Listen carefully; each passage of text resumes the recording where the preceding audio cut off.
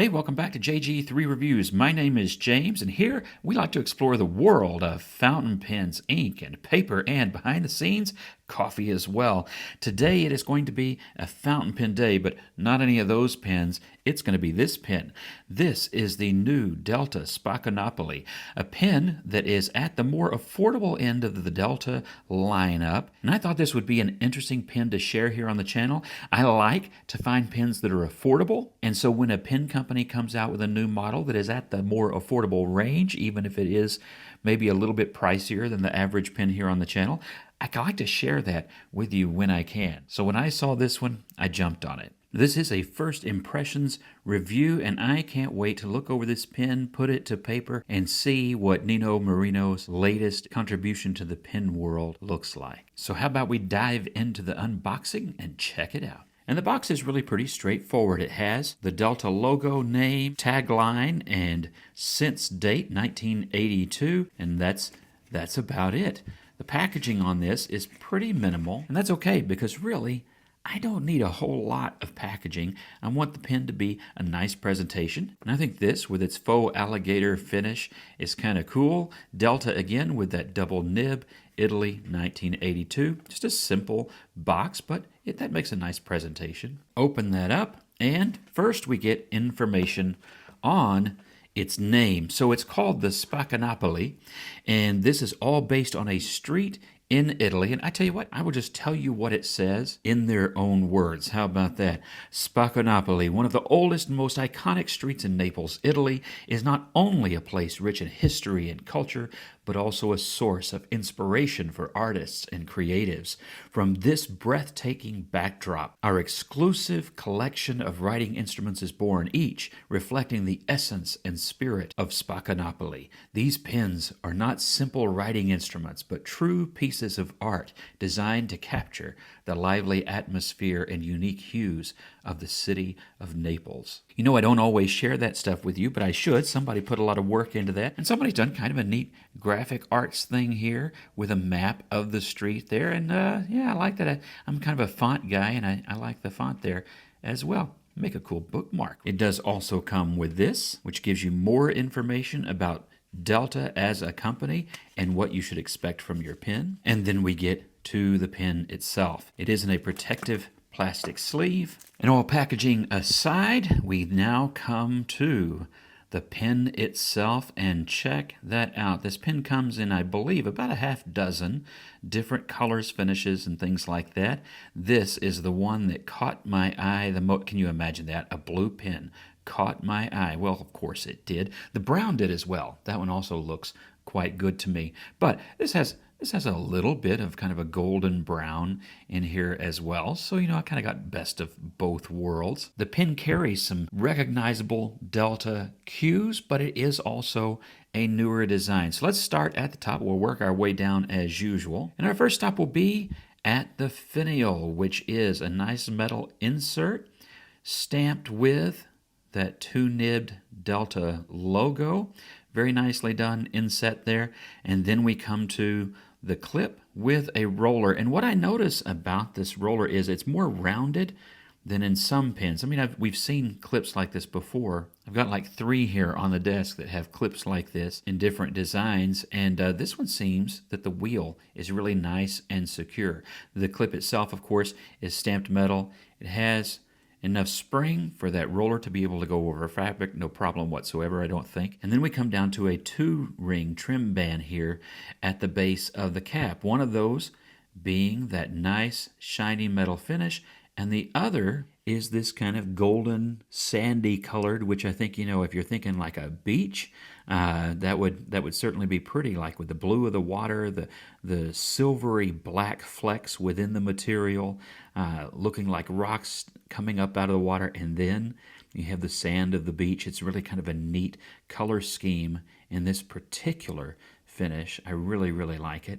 All of it really well polished, well turned, and looks very impressive here in person, and I hope that's coming through to you as well. This is a numbered piece, and this is number 194 of however many they're making. I'm actually not sure what that top number is. Delta, Italy is also engraved here at the top of the cap. You have the name of the model, Filomarino, which is this particular color and material, and then the number of the pen, those two trim bands, the nice clip. A lot going on there, but very nicely, tastefully done. The barrel has a slight increase in diameter as you come this direction. It's very, very subtle, nothing overly dramatic, but you can see it perhaps with that yellow in the background, and looks very good. And then you come to this second trim band just before that faux blind cap, and it chamfers down and really done nicely. All the fit and finish right in here and with the trim rings and here with the finial. All of it looks really good, and they've done a nice job. No way do I see you picking up this pen and saying, oh, this is a cheap Delta, in the negative sense of cheap. You are going to pick up this pen and you have a Delta. It is a really nicely done pen. Now, obviously, there are going to be some places where they have trimmed the budget a little. In this case, it is that it comes with a steel nib instead of a gold nib, and that's probably where, a pretty big significant price difference is going to be. But you will not feel like you have gotten a quote-unquote cheap pen. This is a really, really nicely done pen. And then as we come to the end of the barrel, and of course this is just the way my material worked out as they turned it, you have a fleck there that makes that look like it just has an interesting amount of depth. This is curved. I don't know if you can quite tell. Let me try and get some contrast here. It's not really conical, it's just rounded, and it gives this a really neat perception of depth, especially since I have that extra shiny little fleck there in the end. Looks quite good. I like it. Really, the machining on this, the polishing on this is top notch. Now we come to our guessing game for any new pen. How many turns will it take to remove the cap? Big drama things in the pen world, right? Well, this is 1.5 turns. That's going to make some people happy. The pen does post, and it posts just fine. Balance, let's see. Yeah, no, that feels fine, no problem. I probably won't ever post that again because it is a long enough pen that it's going to have an almost perfect balance, just like that, and I just like the way that feels in hand. Comfortable grip. Let's go ahead and talk about that. It has a nice comfortable grip with a larger flare out, larger in the sense of its length from the end of the pen to where it stops the flare. Really nice. And so that's comfortable. Those threads are not in the way at all. The peak of the threads is even with that barrel, and so that is not bothersome at all. And it is the same material as the rest of the barrel. We open up the pen because this is a cartridge converter pen. We will find a Delta branded converter inside. Great job, Delta. We love it when converters are included. And that functions just fine. I expect that will be good. And it is a threaded converter, which a lot of you have become fans of. It's a little bit more secure, and you know for sure that you've got it all the way on there. Some pens, you go to push it in, and it's like, is it really secure? Nope, this is secure. All the threading seems to be done well, both with the grip and the barrel, so a lot to like. This is, of course, international cartridges, and it can use both the long and the short. Now, how about that nib? Well, the nib itself is a Jowo-made nib, steel number 6. That also means you have options because that opens up a world of options to you, and it also has that 2-nibbed Delta logo and Italy, and over here on the side, it tells me that it is indeed a medium.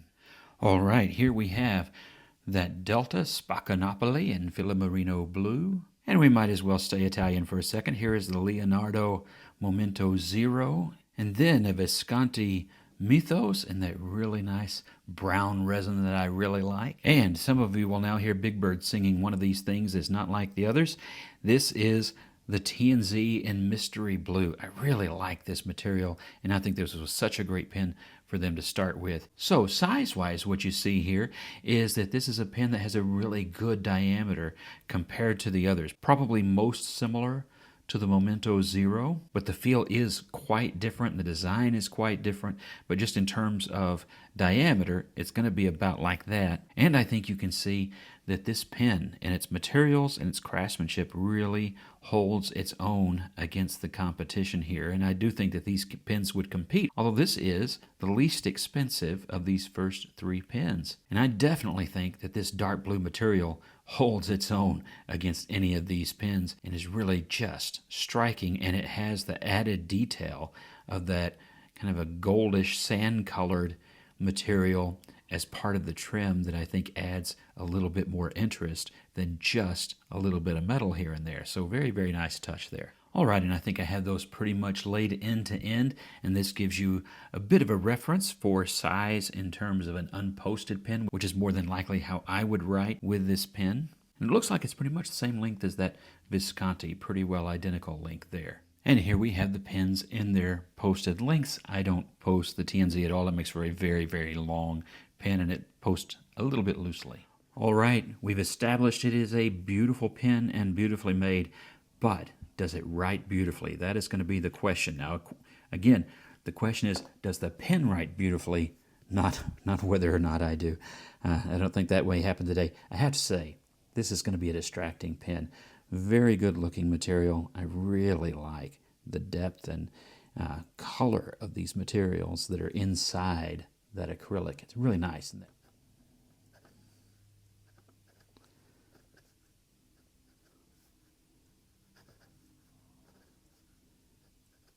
Paper today is Rhodia. It's almost the last sheet, maybe the next to the last sheet. So I'm back to the cardboard, so it feels a little weird today when I'm writing. This is a medium nib, number 6, again made by Jovo. Writes a nice medium line. This is writing very smoothly. It's well tuned. Ink today. What do we got for ink today? Well, let me show you. Today it is, let me check the cap before I set it down here. It is Monteverde's Sapphire ink, and it's a nice vibrant blue. They have some nice blues over at Monteverde, and I really like this one too. So that is Sapphire.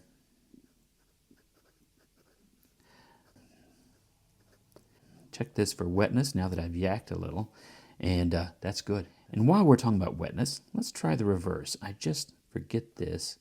I'm going to say about 50% or more of the time, probably a lot more. It can be done, and that's a pretty extra fine line.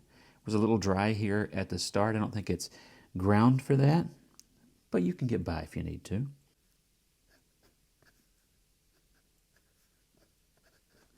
B's are another letter. It just kind of depends on my mood, I guess. Mood, or as C.S. Lewis said, maybe your digestion. I have no idea.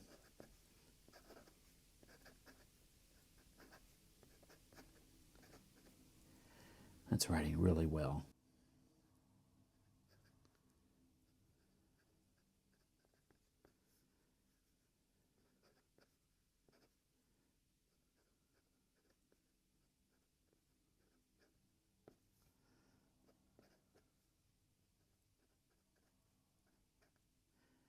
Yeah, the tuning on this nib is quite good.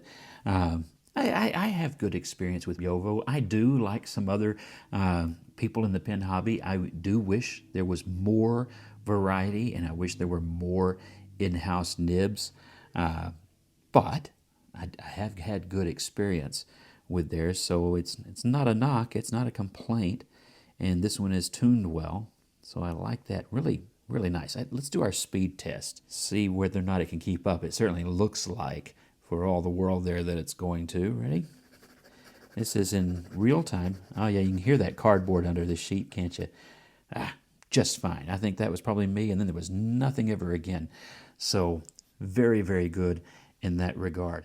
All right, so let's wrap up first impressions of the pen. I don't know about you, I think the material is beautiful. I think, again, not to beat a dead horse, but I think this trim, the choice here to do this, really is really nice. And I think it looks good, and complementary colors. Now, other colors, I guess you would have to weigh that, but certainly on this particular material, I like it, and I'm really glad it came with silver trim because that's what I like more. Silver, rhodium, chrome, whatever. I like them better most of the time in that version. And really, just look as I spin this around and try to catch some of the light there in the material. Really just all balances so nicely to my eye. The fit and finish and polish, excellent. The nib tuning on this one, very pleasant rider. Came with a converter, got to give them points there, right? Really, really well done. Well done, Delta. I really do like the pen. I think if you're a longtime viewer, you can look at this pen and know, if Delta was going to make a pen for James, this is how it would turn out. So for me personally, really glad to have this in my collection and glad that I clicked buy on this one. All right, what do you think about this, and what color would you choose? What material would you choose from what they have on offer? And as always, I am very grateful for your subscriptions. I'm grateful that you interact and comment and share with me your ideas and insights. And I hope that you have a wonderful week. God bless you. I'll see you in the next review.